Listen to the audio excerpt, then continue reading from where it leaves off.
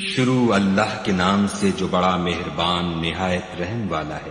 بھلا تم کو ڈھانپ لینے والی یعنی قیامت کا حال معلوم ہوا ہے؟ اس روز بہت سے منہ والے ذلیل ہوں گے، سخت محنت کرنے والے تھکے ماندے دہکتی آگ میں داخل ہوں گے۔ ایک کھولتے ہوئے چشمے کا ان کو پانی پلایا جائے گا، اور خاردار جہاڑ کے سوا ان کے لیے کوئی کھانا نہیں ہوگا جو نہ فربہی لائے نہ بھوک میں کچھ کام آئے۔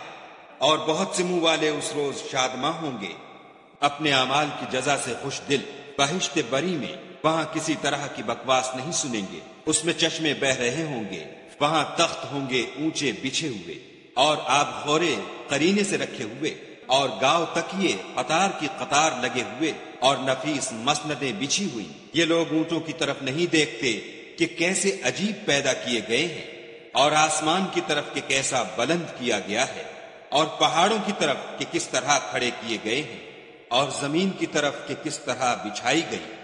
تو تم نصیحت کرتے رہو کہ تم نصیحت کرنے والے ہی ہو، تم ان پر داروغہ نہیں ہو۔